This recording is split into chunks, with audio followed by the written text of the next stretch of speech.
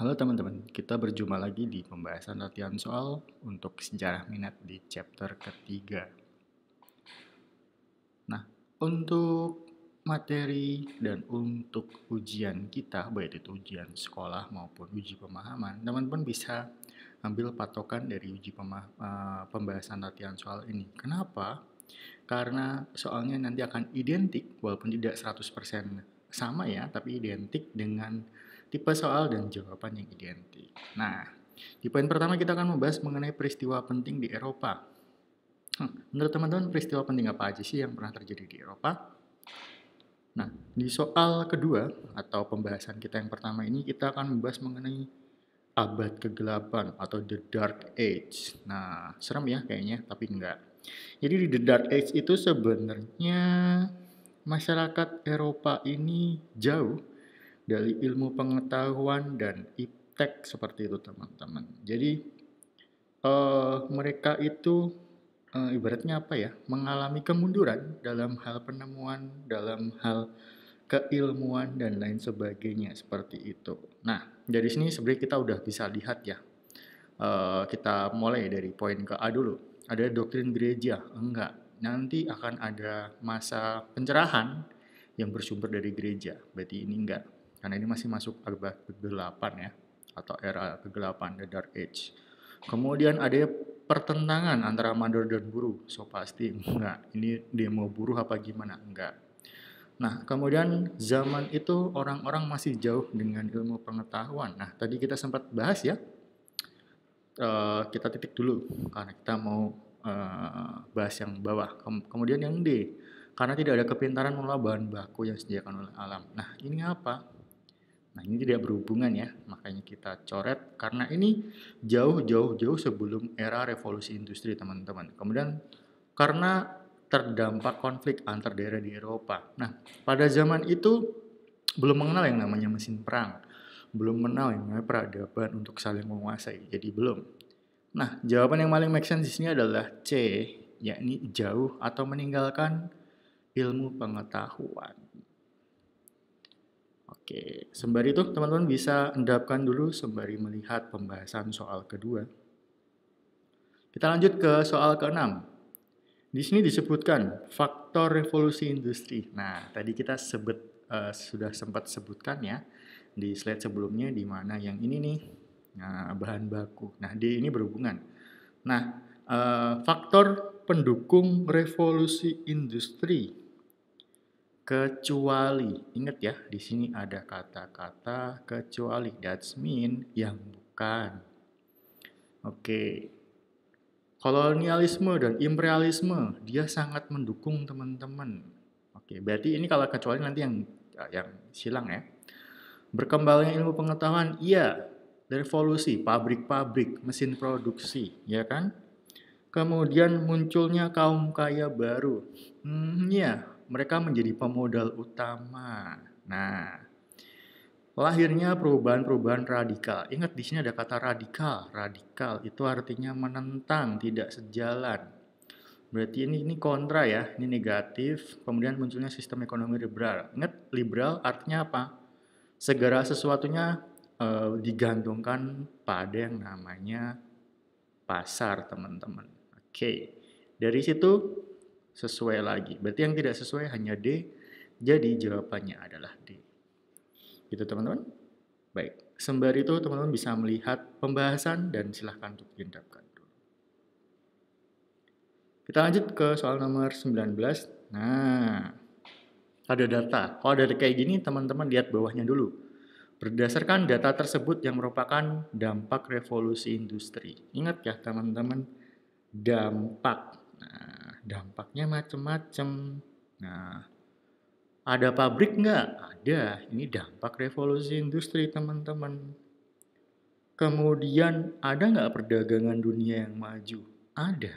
Nah, kemudian upah buruh semakin minim dan kesejahteraan terabaikan. Bisa jadi kita titik dulu. Kemudian banyak industri rumah tangga yang bertahan. Karena ini revolusi industri, jadi industri rumah tangga pasti enggak. Kemudian munculnya Kaum borjuis pasti, kan ada bos-bos baru tuh. Nah, teman-teman pasti sering lihat ya di masa sekarang ada demo buruh menuntut kenaikan gaji. Nah, di zaman dahulu hal serupa juga pernah terjadi teman-teman, di mana para buruh-buruh di Inggris itu menuntut kenaikan gaji. Jadi itu juga terjadi di zaman dulu, berarti ini iya. Berarti yang benar adalah satu, 2, 3, dan 5. Jadi jawaban yang tepat adalah E. Teman-teman silahkan endapkan sembari melihat pembahasan untuk soal nomor 19. Kita lanjut di soal nomor 20. Seperti biasa ya, langsung kita lihat di bagian bawah. Faktor-faktor yang melatar belakangi Aufrakung di Eropa di abad ke-16. Nah, teman-teman Aufrakung itu adalah salah satu era di mana pencerahan itu terjadi. So, pasti di sini muncul yang namanya apa, teman-teman? Yang pertama adalah adanya rasio dan akal yang mulai naik, kemudian orang-orang mulai sadar akan ilmu pengetahuan. Dan dari itu kita breakdown satu persatu ya. Berkembangnya humanisme menyebabkan banyak orang dapat membaca Alkitab. Oke, kita titik dulu nih. Adanya perkembangan yang dilakukan oleh gereja Katolik seperti penjualan surat Alfat. Apa nih? Kita titik juga. Kemudian adanya rasio perdebatan antara rasio dan akal. Nah, rasio dan akal. Jadi ini udah mulai ada logika yang jalan ya. Kita centang.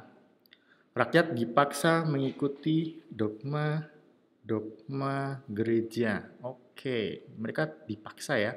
Jadi setelah bertentang, kemudian melanggar, dipaksa. Teman-teman pasti ingat Galileo Galilei, gimana dia menemukan teori tentang bahwa bumi ini mengelilingi matahari, sementara waktu itu kaum pemuka agama mengatakan enggak, bumi itu adalah sentral dari alam semesta. Jadi sempat dipaksa, berarti dia masuk ya. Kemudian gereja menganggap kreativitas manusia berlawanan dengan dogma gereja. Nah, di sini yang tadi Galileo juga. Berarti ini teman-teman. Nah, untuk mudahnya, karena ini memang tidak tahu, dan ini sepertinya hanya pengecoh, kemudian ini juga sama, berarti jawabannya adalah untuk 3, 4, dan 5. Ini ya, ini 1, 2, 3, 4, dan 5. Jadi jawabannya adalah 3, 4, dan 5. Silakan teman-teman endapkan dulu sembari melihat pembahasan soal nomor 20. Oke, kita masuk di subchapter selanjutnya, ini pra-revolusi Prancis atau sebelum revolusi Prancis itu terjadi. Nah, teman-teman masih ingat dengan Raja Louis? Nah, Raja Louis itu sempat mengangkat seorang bendahara keuangan atau menteri keuangan. Nah, kalau itu teman-teman harus kembali lagi ke materi kita di kelas 11. Nah, siapa sih? Gampang ya. Kalau Louis ini jelas dia nama raja, berarti enggak. Ini juga enggak. Estat Generac, ingat, ini adalah rakyat dibagi menjadi 3 golongan. Ini juga tidak. Majelis Nasional juga enggak. Di sini satu-satunya nama yang asing ya si Jacques. Berarti jawabannya langsung aja ke A. Untuk itu teman-teman silahkan endapkan dulu sembari melihat pembahasan soal nomor 1. Selanjutnya di soal nomor 4. Nah, tadi ya, Estat Generac. Nah, Estat Generac atau wakil rakyat dibagi menjadi 3. Kalau teman-teman masih ingat zaman dulu ada gambar orang yang gendong-gendongan tuh. Nah, itu namanya Estat Generac tuh. Nah, Estat Generac itu membagi menjadi apa sih? Yang pertama adalah golongan pemuka agama, yang kedua bangsawan, dan ketiga rakyat biasa. Nah, apakah di situ ada urutannya? Ternyata tidak, teman-teman. Di sini raja. Nah, berarti kalau tidak, kita bagi saja menjadi 3 golongan. Ini golongan pertama, superior 1, golongan kedua, superior 2, dan golongan ketiga, superior 3. Jadi jawabannya adalah A. Oke. Sebab itu, teman-teman silahkan melihat pembahasan untuk soal nomor 4. Kemudian di soal nomor 10, di pra-revolusi Prancis, apa yang menjadi fokus utama Majelis Konstituante Nasional? Nah, di sini teman-teman tahu ya, konstituante berarti dia berhubungan dengan konstituen, teman-teman. Nah, kita potong dari sini. Nah, Terus ngapain dong? Enggak, kalau krisis keuangan tadi urusannya si Jacques ya, Jacques Necker, enggak. Pemilihan raja enggak, karena nanti Napoleon yang akan naik nih. Nah, penulisan konstitusi, iya. Karena konstituante yang menulis konstitusi itu. Perang terhadap bangsa lain enggak. Waktu itu Prancis enggak lagi mau perang sama siapa-siapa. Kemudian pembubaran majelis. Nah, itu yang dipinginkan raja. Tapi itu bukan fokus utama dari majelis konstituante. Jadi jawabannya adalah C, teman-teman. Penulisan konstitusi. Sembari itu teman-teman bisa endapkan sembari melihat pembahasan untuk soal nomor 10.